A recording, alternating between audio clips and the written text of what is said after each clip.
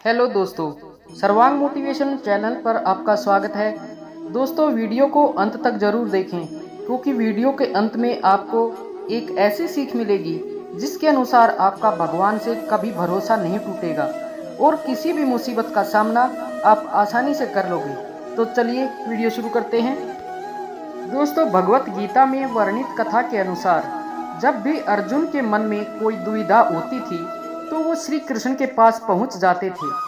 एक बार की बात है, अर्जुन ने भगवान श्री कृष्ण के समीप आकर कहा कि वो दुविधा में है और इसका जवाब वो श्री कृष्ण से चाहते हैं। श्री कृष्ण ने पूछा कि क्या सवाल है।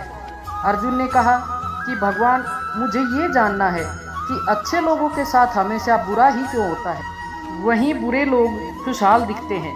अर्जुन के मुंह से ये बातें सुनकर श्री कृष्ण मुस्कुराई और कहा कि मनुष्य जैसा सोचता है और महसूस करता है वैसा कुछ नहीं होता है, बल्कि अज्ञानता की वजह से वह सच्चाई समझ नहीं पाता है। अर्जुन उनकी ये बातें समझ नहीं पाई।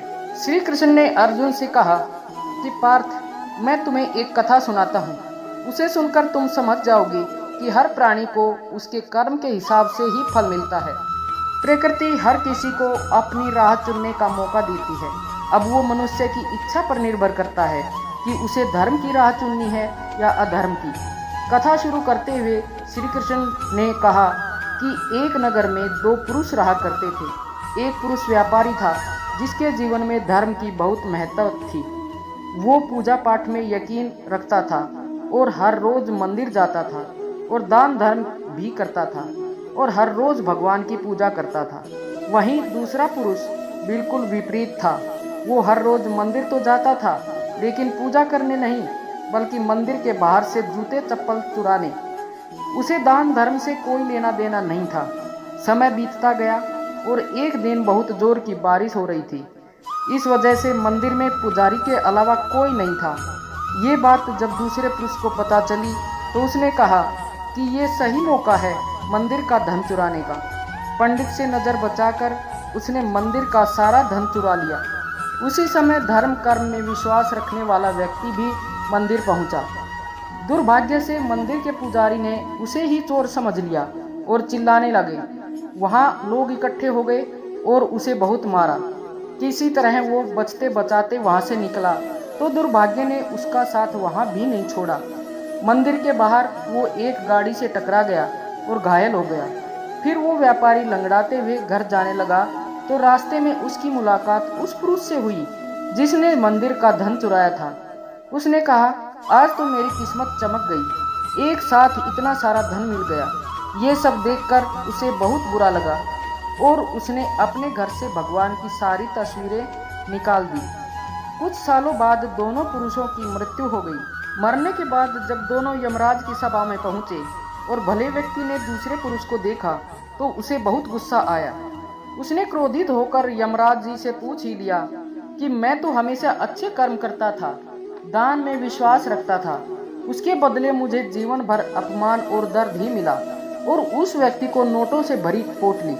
आखिर ऐसा भेदभाव क्यों? इस पर यमराज ने कहा, पुत्र, तुम गलत समझ रहे हो।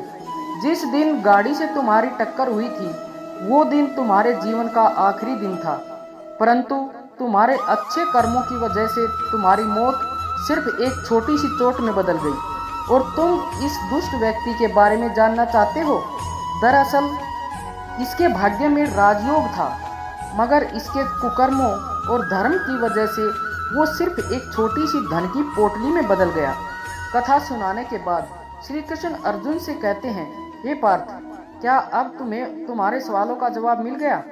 ऐसा सोचना कि भगवान तुम्हारे कर्मों को नज़रअंदाज कर रहे हैं, ये बिल्कुल भी सत्य नहीं है। भगवान हमें कब क्या किस रूप में दे रहा है मनुष्य को समझ में नहीं आता है, मगर आप अच्छे कर्म करते रहें तो भगवान की कृपा हमेशा बनी रहती है। इसलिए अपने अच्छे कर्मों को बदलना नहीं चाहिए क्योंकि उसका फल हमें इसी जीवन में मिलता है। इसलिए मनुष्य का फर्ज है कि वो हमेशा अच्छे कर्म करते रहें, क्योंकि श्री कृष्ण ने गीता में भी बताया है कि किसी के द्वारा किया गया कर्म बेकार नहीं जाता, चाहे वो अच्छा हो या बुरा। तो दोस्तों, हमें ईश्वर पर हमेशा भरोसा बनाए रखना चाहिए कि वो जो करता है अच्छा ही करता है। ईश्वर कभी हमारे साथ पक्षपात नहीं करते। दोस्तों, वीडियो अच्छी लगी हो तो कृपया लाइक, कमेंट व शेयर करें और चैनल को सब्सक्राइब करना ना भूलें। धन्यवाद। जय श्री श्याम।